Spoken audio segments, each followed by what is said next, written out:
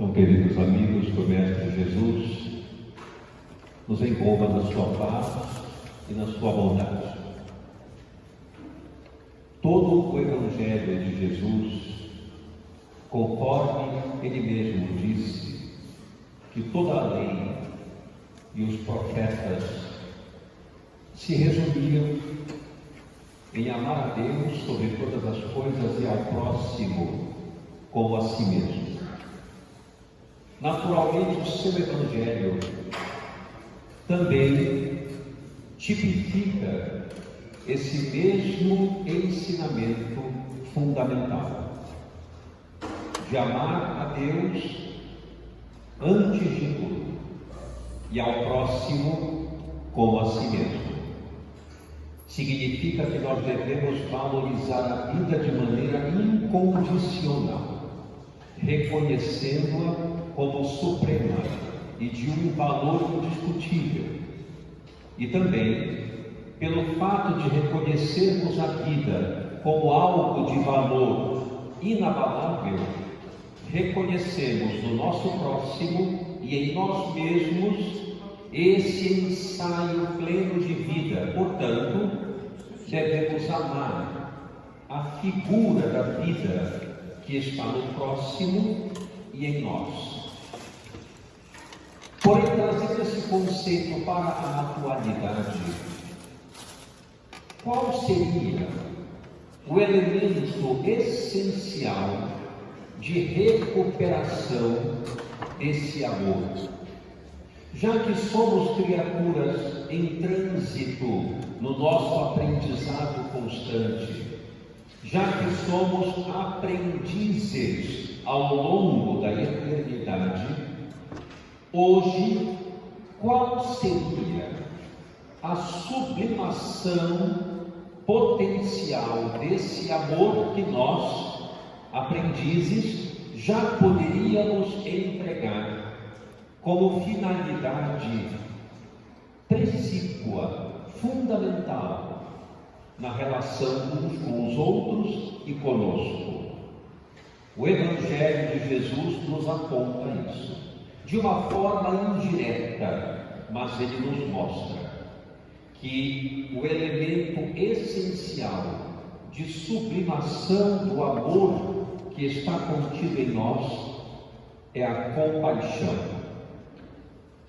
A compaixão é um fenômeno de relação profunda que temos conosco e com os outros, em um estado total de aceitação sem julgamento daquilo que nós representamos e que as outras criaturas representam. Se nós pudermos traduzir o que significa compaixão, nós podemos conceituar dizendo: é o estado de aceitação total, sem julgamento, de tudo o que representamos, nós e os outros. Quem consegue penetrar nesse estado de comportamento e de assimilação de si mesmo e do outro, inicia a capacidade de viver em paz. Porque tudo o que nós fazemos é justamente o oposto. Nós julgamos continuamente. Nós apontamos erros e depreciamos a nós e aos outros continuamente. Estabelecemos a queixa, a reclamação, o apontamento da dificuldade, a sensação de abandono, ou de despreparo, ou de incapacidade, o tempo inteiro em relação a nós e aos outros. Tudo o que não fazemos é usar da compaixão. Jesus, no seu Evangelho, exercitou continuamente esse estado de compaixão consigo e com os outros. Consigo, reconhecendo que ele era, sim, o enviado do Criador para lançar ao mundo a boa nova. Certa vez ele perguntou aos discípulos: quem diz o povo que eu sou?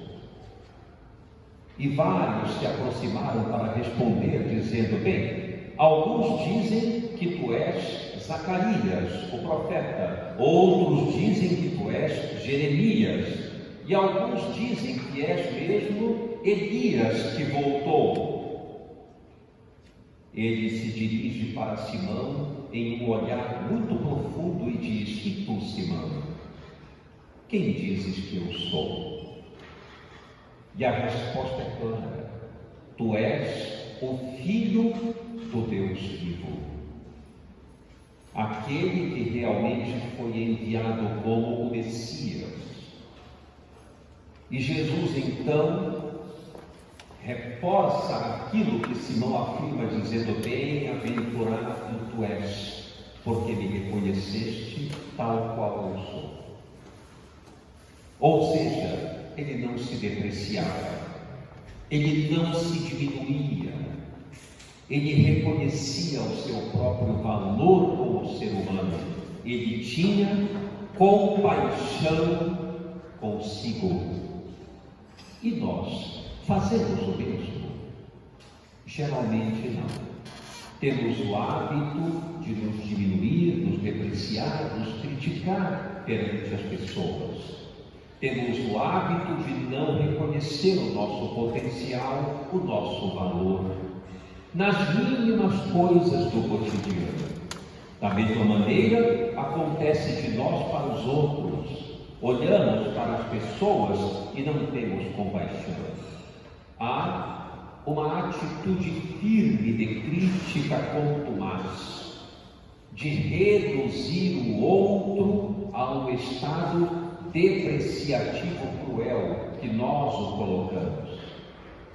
Isso é muito comum e é justamente isso que devemos mudar de modo muito importante no nosso comportamento cotidiano. Jesus era um homem que expressava claramente as suas emoções, ele não se envergonhava delas, e nós não sabemos quase em momento algum lidar com as nossas emoções. Nós temos um treinamento multimilenar de que devemos fugir das nossas emoções, devemos ignorar os nossos sentimentos, porque aquele que sente é justamente, na concepção equivocada, é justamente aquele que está em um momento de profunda fragilidade. E ser frágil é sinônimo de ser fraco, é sinônimo de ser incapaz. Esse é um conceito que temos multimilenar.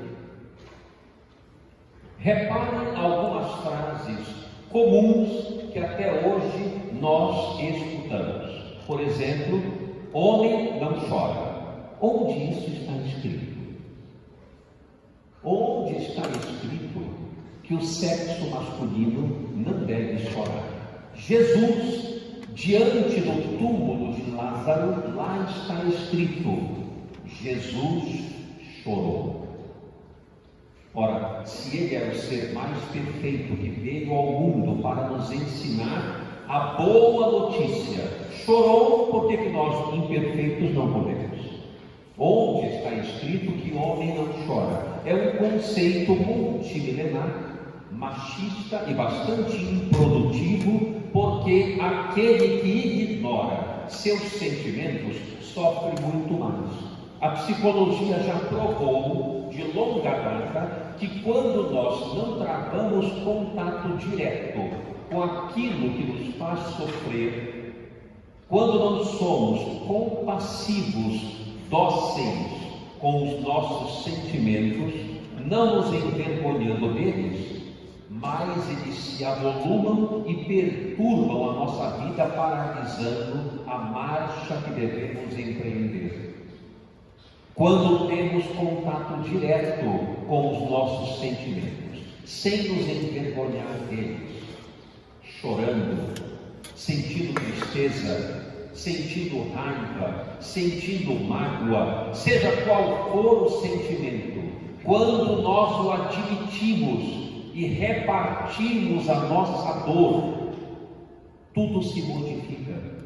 Abrem-se portas de transformação para nós. E habitualmente o nosso comportamento é fugir dos sentimentos, não admiti-los e nos colocarmos em posição de couraça e de fortaleza, dizendo: eu dou conta de tudo, eu sou capaz de qualquer coisa, nada me detém, nada me amolece. E nós nos colocamos como aquela couraça poderosa, onde o sofrimento vem e parece não atingir. Um grande engano, porque ele penetra por todos os poros, e quando nós não admitimos a nossa dor, a nossa fragilidade, nós crescemos muito mais as nossas angústias e sofrimentos. Paulo de Tarso afirmou certa vez: quando eu estou fraco, é justamente quando sou forte. Essa afirmação é totalmente psicoterapêutica. Ele quis dizer: quando eu me coloco diante da minha fragilidade, quando eu admito a minha vulnerabilidade, quando eu admito que preciso de ajuda e não dou conta de tudo porque sou humano, é justamente quando eu me fortaleço. E ele está correto. Não é um hábito nosso agir dessa forma. Nós nos defendemos de toda maneira em relação às nossas dores, aos nossos sentimentos, aqueles que mais machucam. Nós represamos, nós os guardamos e vamos prosseguindo a vida, sem nos examinar, sem nos conhecer, porque não temos compaixão conosco. Isso é falta de compaixão. E para onde vai a falta de compaixão quando nós reprimimos os sentimentos, as dores, as angústias? Vão para outras direções, para a alegria imaginária do álcool, das drogas ilícitas. Vamos buscar afugentar as nossas angústias por meio de eliminações indiretas. Bebemos excessivamente, adotamos comportamentos irregulares diversos, por exemplo, através do sexo desregrado. Buscamos os grandes folguedos, as excessivas risadas, as gargalhadas estrondosas em meio a piadas chulas, juntos em reuniões completamente frívolas, para esquecer as nossas angústias. Isso se chama autossabotagem. É falta de compaixão conosco. Como é que nós podemos evoluir se não tivermos compaixão conosco e compaixão com os outros? Não dá. Não vamos sair do lugar. É muito importante desenvolver essa peça preciosa da compaixão conosco, reconhecendo que nós não somos criaturas onipotentes, não somos aqueles que dão conta de tudo, não somos aqueles que sabem tudo. Nós temos limitações, e muitas, e aqueles que reconhecem suas limitações, aqueles que sabem expressar suas emoções sinceras, esses ganham em si o reino dos céus. Essa proposta é de Jesus. Ele disse logo no começo do Sermão do Monte: bem-aventurados os pobres de espírito, porque deles é o reino dos céus. Vejam bem, não será, O pobre de espírito quem é? Aquele que reconhece as suas limitações. Ele é pobre do espírito das coisas. Portanto, ele não tem todo o conhecimento, toda a grandeza, toda a claridade visual das coisas. É aquele, em resumo, que tem muito a aprender. Esse, vejam como é interessante, tem o reino dos céus em si. Isto é, ser perfeito não significa saber tudo, dar conta de tudo, ser onipotente, onipresente. Não. É aquele que tem muito a aprender. É aquele que reconhece o seu limite. É aquele que precisa de ajuda. É o pobre do espírito das coisas. É esse o sentido de pobre de espírito. É aquele que ainda tem lacunas a serem preenchidas de conhecimento, de sentimentos verdadeiros. É aquele que diz: Senhor, ajuda-me, porque eu não estou conseguindo nesse momento entender o que está acontecendo. Eu preciso de apoio. Esse contém o reino de Deus dentro de si, porque tem compaixão de si mesmo. Não se acusa, não se molesta, não se definha, aceita-se tal qual é, mas não fica satisfeito em como está. É completamente diferente. Eu posso me aceitar tal qual eu sou, mas não preciso ficar satisfeito em como me encontro. Eu quero ir para mais, para melhor, mas eu me aceito como eu estou. Eu me valorizo, eu gosto de mim, eu me cuido. Isto se chama autocompaixão. Certa vez eu atendi uma pessoa que me foi encaminhada para uma terapia. Vejam como é o conceito interno da falta de autocompaixão. E ela me diz assim: quando eu perguntei a respeito da sua origem, do seu desenvolvimento infantil, de adolescência, ela imediatamente se lembrou de algo do qual ela se orgulhou muito e disse: me lembro imediatamente de algo importante. E eu disse: do quê? Do que meu pai me dizia. Meu pai me dizia: filha, você é o diamante do papai. E eu disse: mas que coisa bonita. Significa que você então é uma pedra preciosa que deve orgulhar-se de si mesma. Ela disse: não. O diamante é o elemento mais duro da natureza. Não quebra e não tem o direito de se bater. Ou seja, era alguém que recebia as chibatadas da vida, fingindo que não doíam. Era alguém que sofria vigorosamente, com os lábios em franco sorriso, como se nada tivesse acontecido, porque ela era o diamante do papai. Ela não podia fracassar, ela não podia decepcionar. Então ela tinha que ser dura consigo e com os outros. Não perdoava nada, não perdoava a si mesma em nada. Vejam o paradoxo do que representa tal pedra preciosa. É assim que nós pensamos frequentemente de nós. Eu não posso falhar, eu tenho que dar conta, eu não posso decepcionar, eu tenho que ser forte. E adotamos uma falta profunda de autocompaixão conosco. quando Jesus propõe que é justamente o contrário, aquele que quer alcançar a perfeição relativa. Queremos ser perfeitos?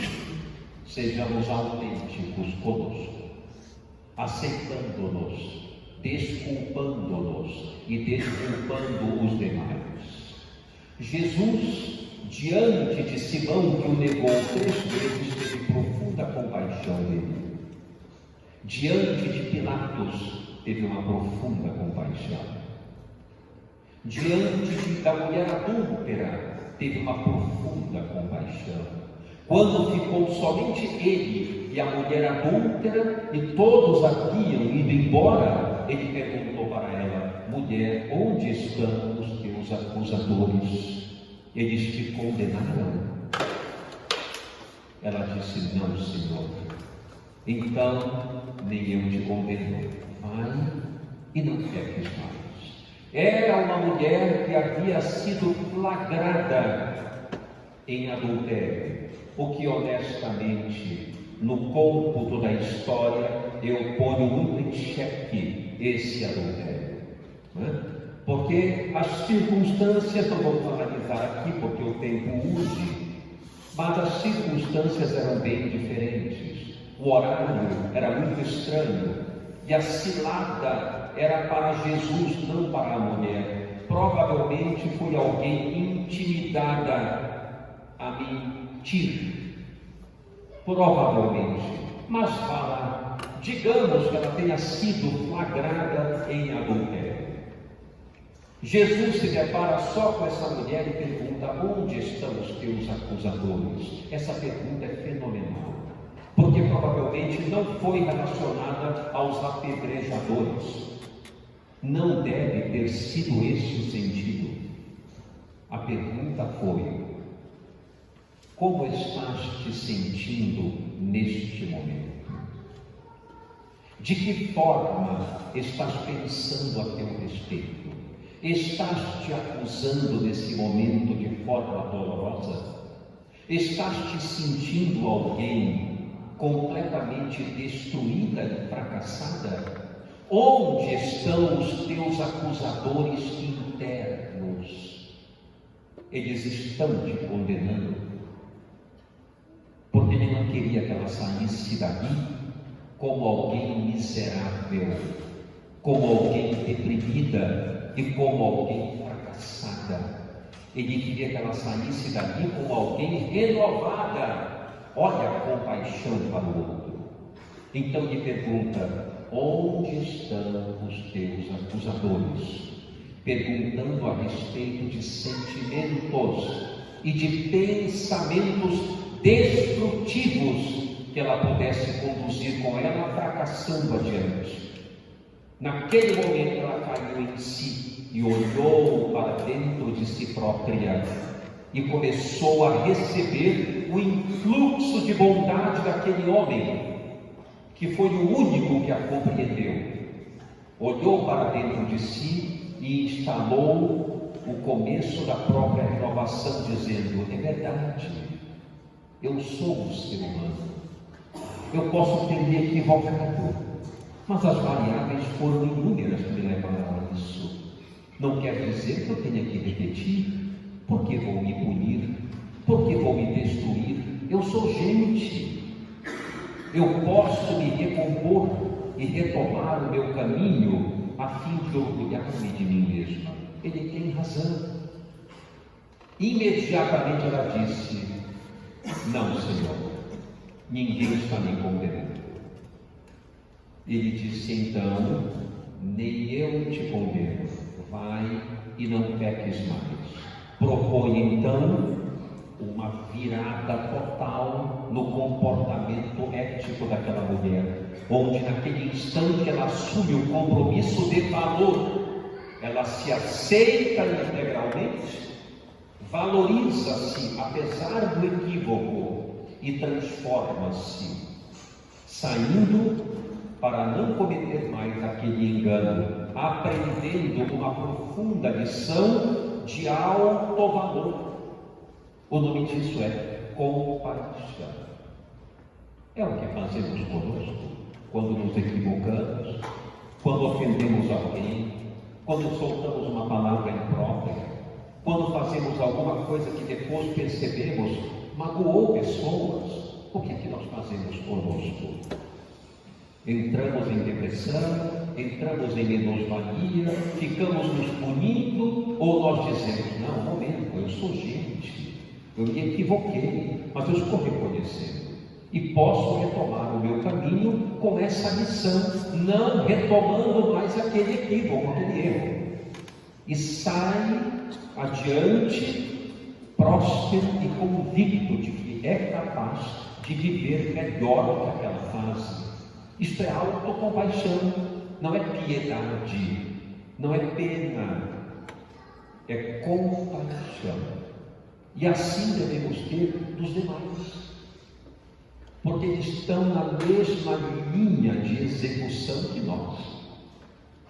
Assim como queremos a compaixão para nós, por que não podemos dar aos outros? Por que não podemos reconhecer os outros nos seus limites e respeitá-los até onde podem ir? Eu queria tanto que fulano me compreendesse, que fosse diferente, que fosse amável, que fosse dócil, que fosse, enfim, mil coisas, mas não é. E por que não podemos observar o que ele tem de potenciais, de valores já conquistados, e enaltecer esses valores, para que ele possa adquirir pouco a pouco os outros? Se formos no ponto da depreciação, destruímos até os valores que ele já tem. Isso é falta de compaixão. Assim, a proposta hoje é de reflexão a respeito de como estamos nos tratando e como estamos tratando os demais que estão no nosso círculo de relações. Estamos sendo compassivos conosco. Estamos sendo compassivos com os nossos filhos, com os nossos cônjuges, com os nossos colegas de trabalho. Estamos sendo compassivos com os desconhecidos. Como estamos nos relacionando interna e externamente? Fica aqui a mensagem que só se pode evoluir neste planeta tendo muita compaixão de si mesmo e dos demais que estão à nossa volta. Sem isso, não crescemos, não melhoramos e não seremos felizes. Então, que haja paz e luz nos nossos corações. Vamos fazer as nossas vibrações.